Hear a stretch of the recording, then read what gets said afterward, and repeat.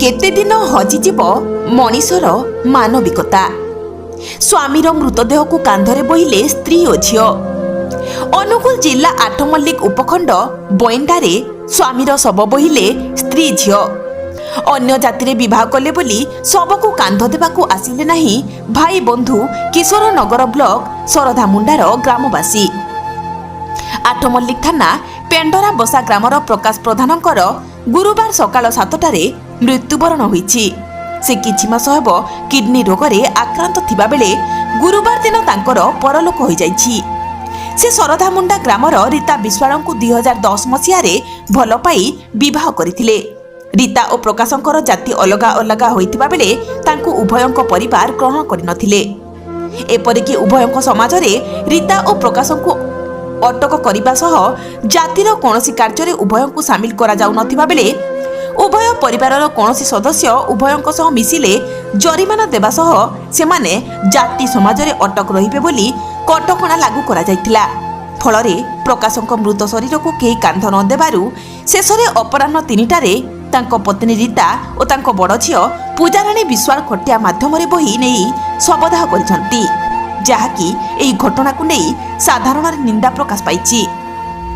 ଏହି ଉନ୍ନତ ସମାଜରେ ମଣିଷର ମାନବିକତା ହଜିଗଲାଣି ବୋଲି ଜିଲ୍ଲାରେ ଚର୍ଚ୍ଚା କେନ୍ଦ୍ରବିନ୍ଦୁ ପାଲଟିଛି। ଅନୁଗୁଳ ଭଳିଆ ଏକ ଶିଳ୍ପ ସମୃଦ୍ଧ ଜିଲ୍ଲାରେ ଜାତିଆଣ ପ୍ରଥା ଅତି ଲଜ୍ଜାଜନକ ବିଷୟ, ଯାହାକି 2025 ମସିହାରେ ଗୋଟେ ଶବକୁ ଜାତିଆଣ ମନୋଭାବ ନେଇ ନ ଛୁଇଁବା ଅତ୍ୟନ୍ତ ଦୁର୍ଭାଗ୍ୟର ବିଷୟ। ଏହା ଉପରେ ଜିଲ୍ଲା ପ୍ରଶାସନ ଏବଂ ପୁଲିସ ପ୍ରଶାସନ ସହ ସରକାର ସମସ୍ତେ ଦୃଢ଼ ପଦକ୍ଷେପ ନେବା ଉଚିତ ଏବଂ ଲୋକମାନଙ୍କୁ ମଧ୍ୟ ସଚେତନ କରାଇବା ଉଚିତ। ଯାହା ଆଜି ସମାଜକୁ କଳୁଷିତ କରୁଛି ଏ ଜାତିଆଣ ପ୍ରଥା। ତାପରେ ଅତ୍ୟନ୍ତ କଠୋର ପଦକ୍ଷେପ ନେବା ଉଚିତ। ସାଧାରଣତଃ ଆମର ଜନସାଧାରଣ ଅଛନ୍ତି, କି ସମାଜସେବୀ ମାନେ ଅଛନ୍ତି, ସେମାନେ କିଛି ଆଗେ ଆସିବା ପାଇଁ କ'ଣ କହିବା ପାଇଁ ଚାହିଁବେ? କିଛି ଆଗକୁ ଆସିପାରିବେ? ୟା ପରେ ମାନେ ପ୍ରଚୁର ଜନସଚେତନ ଦରକାର। ସମାଜସେବୀ ମାନେ ହୁଅନ୍ତୁ ଏବଂ ପ୍ରଶାସନ ତରଫରୁ ଯେକୌଣସି ପକ୍ଷରୁ ଅତ୍ୟଧିକ ସଚେତନତା ବାର୍ତ୍ତା ସୃଷ୍ଟି ହେଲେ ମନରୁ ଆମର ଜାତିଆଣ ପ୍ରଥା ଲୋପ ପାଇବ। ଆମର ଏହି ଯେଉଁ ଘଟଣାଟି ଅତ୍ୟନ୍ତ ନିନ୍ଦନୀୟ, ଘୃଣ୍ୟ ଆଉ ହୃଦୟ ବିଦାରକ।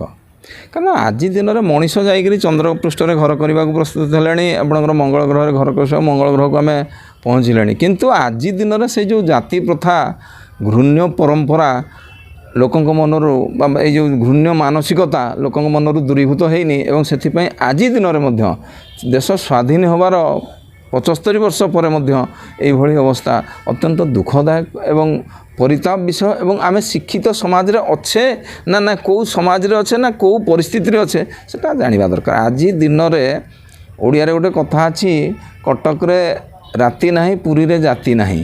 ମାନେ ଜଗନ୍ନାଥ ଦେଶର ଲୋକ ଆମେ, ଯେଉଁଠିକି କୌଣସି ଜାତି ଧର୍ମ, ଆମ ଠାକୁର ହେଉଛନ୍ତି ସର୍ବଧର୍ମର ଠାକୁର, ଯେଉଁଟାକି ଆସନ୍ତି ଭକ୍ତଙ୍କୁ ଦେଖା କରିବା ପାଇଁ କେଉଁଠିରେ ବଡ଼ଦାଣ୍ଡରେ ଇଏ କରନ୍ତି।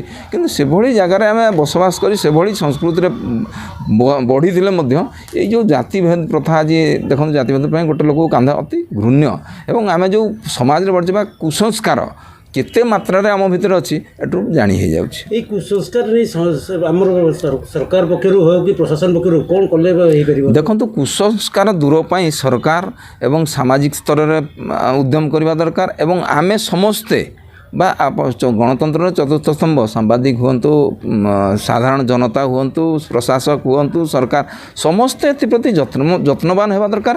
କୁସଂସ୍କାର ଦୂରୀଭୂତ ପାଇଁ କିଭଳି କାର୍ଯ୍ୟ କରାଯାଇପାରିବ, କିଭଳି ସମାଜରୁ ଦୂର ହୋଇପାରିବ, ସେ ମାନସିକତା ଦୂର ହୋଇପାରିବ, ସେଥିପ୍ରତି ଆହୁରି ମାନେ ଜୋରଦାର କାର୍ଯ୍ୟକ୍ରମ କରିବାକୁ ପଡ଼ିବ ଏବଂ ସେଥିପ୍ରତି ପଦକ୍ଷେପ ନେବାକୁ ପଡ଼ିବ। କାରଣ କୁସଂସ୍କାର ଭିତରେ ଯେଉଁମାନେ ଅଛନ୍ତି ତାଙ୍କୁ ଦୃଷ୍ଟାନ୍ତମୂଳକ କାର୍ଯ୍ୟାନୁଷ୍ଠାନ ତାଙ୍କ ବିରୁଦ୍ଧରେ ନ ନେଲେ ଏହା ଆଜି ଦିନରେ ଯେ ଅଛି କାଲି ମଧ୍ୟ ରହିବ। କାରଣ ଯଦି ତାହା ବିରୁଦ୍ଧରେ, କୁସଂସ୍କାର ବିରୁଦ୍ଧରେ ଯେଉଁମାନେ ପ୍ରଚାର କରୁଛନ୍ତି ବା ପ୍ରସାର କରୁଛନ୍ତି ବା ଯେଉଁମାନେ କୁସଂସ୍କାର ସୃଷ୍ଟି କରୁଛନ୍ତି ତାଙ୍କର ମାନସିକତା ପରିବର୍ତ୍ତନ କରିବାକୁ ପ୍ରଥମେ କାର୍ଯ୍ୟ କରାଯାଉ ଏବଂ ଯଦି ସେମାନେ ପରିବର୍ତ୍ତନ ହେଉଛନ୍ତି ସେ ବାବଦରେ ସରକାର ଏକ ଆଇନ ଆଣନ୍ତୁ, ବ୍ୟବସ୍ଥା ଆଣନ୍ତୁ ଏବଂ ହେଲେ କୁସଂସ୍କାର ଦୂରୀଭୂତ ହୋଇପାରିବ। ନହେଲେ ସମାଜରେ ଗୋଟେ ମଣିଷ ସମାଜରେ ନୁହଁ, ପଶୁ ଭଳି ମଧ୍ୟ କାଲିର ଯେଉଁ ପରିସ୍ଥିତି ହେଲା, ଏକ ପଶୁ ତାଠୁ ବରଂ ଭଲ ତାଙ୍କର ଗୋଟେ ଦେହାନ୍ତ ହେଲେ ବା ଇଏ ହେଲେ ସେମାନେ ଆମ ମଣିଷ ସମାଜଠୁ ମଧ୍ୟ ପଶୁ ଭଲ ବୋଲି କାଲି କିଛି ମାତ୍ରାରେ ମୋର ହୃଦବୋଧ ହେଲା।